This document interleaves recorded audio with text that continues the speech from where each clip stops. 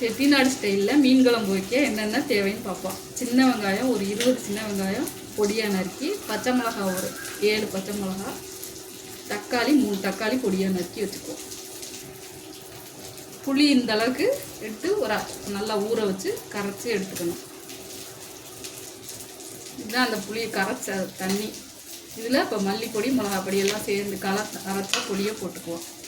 நான் வந்து செய்கிறது ஒரு 1/2 கிலோ மீனுக்கு செய்கிறேன். இந்த ஸ்பூனில் 6 ஸ்பூன் போட்டுக்குவோம்.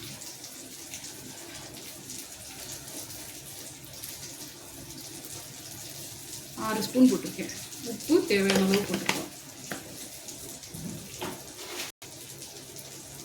உப்பு தேவையான அளவு போட்டு இதை நல்லா மிக்ஸ் பண்ணிக்கணும். கையில் நல்லா கலந்து கரைச்சிக்கணும். புளியோடு சேர்த்து கரைச்சிட்டு இப்போ மீனை இந்த கலவையோடு போட்டுறணும்.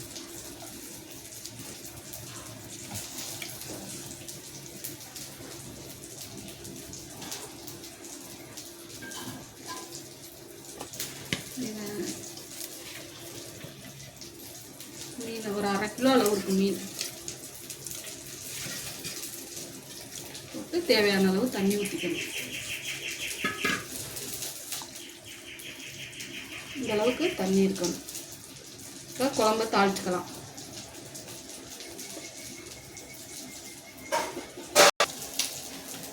மீன் குழம்பு தாளிப்போம். எண்ணெய் கொஞ்சம் ஊற்றிக்கணும். மீன் குழம்புக்கு கொஞ்சம் நல்லா எண்ணெய் ஊற்றினோன்னே டேஸ்ட்டாக இருக்கும்.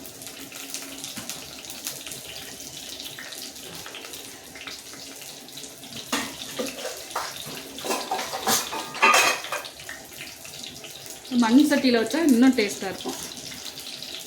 சோம்பு கொஞ்சம், வெந்தயம் கொஞ்சம்,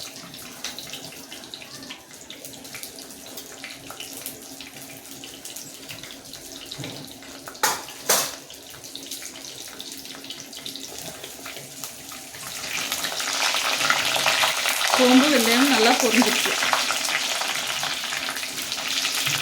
சின்ன வெங்காயத்தையும் பச்சை மிளகாயும் போட்டுக்குவோம். நல்லா வதங்கட்டும்.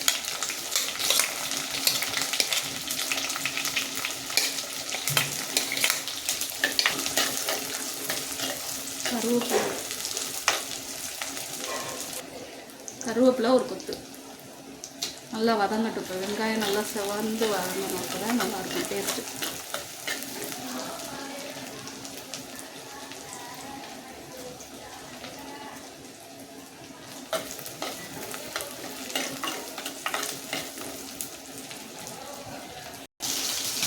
வெங்காயம் நல்லா செவந்துருச்சு.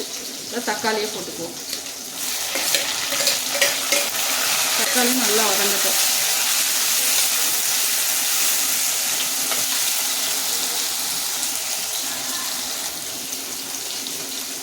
தக்காளி நல்லா வதங்கிடுச்சு. கரைச்சி வச்சுருக்க குழம்பு எடுத்து இதில் சேர்த்துக்கலாம்.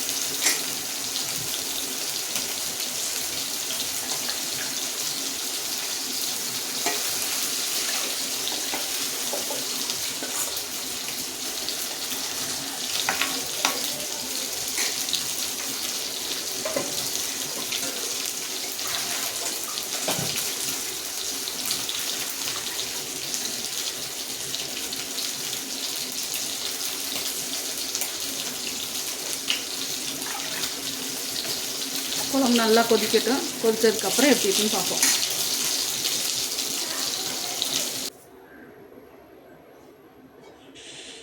குழம்பு நல்லா கொதிச்சு வத்திடுச்சு. சிம்மில் ஒரு 5 நிமிஷம் வச்சா நல்லா இந்த மாதிரி எண்ணெய் மிதந்துடும். இப்போ ஆஃப் பண்ணிடலாம். மீன் குழம்பு ரெடி ஆயிடுச்சு.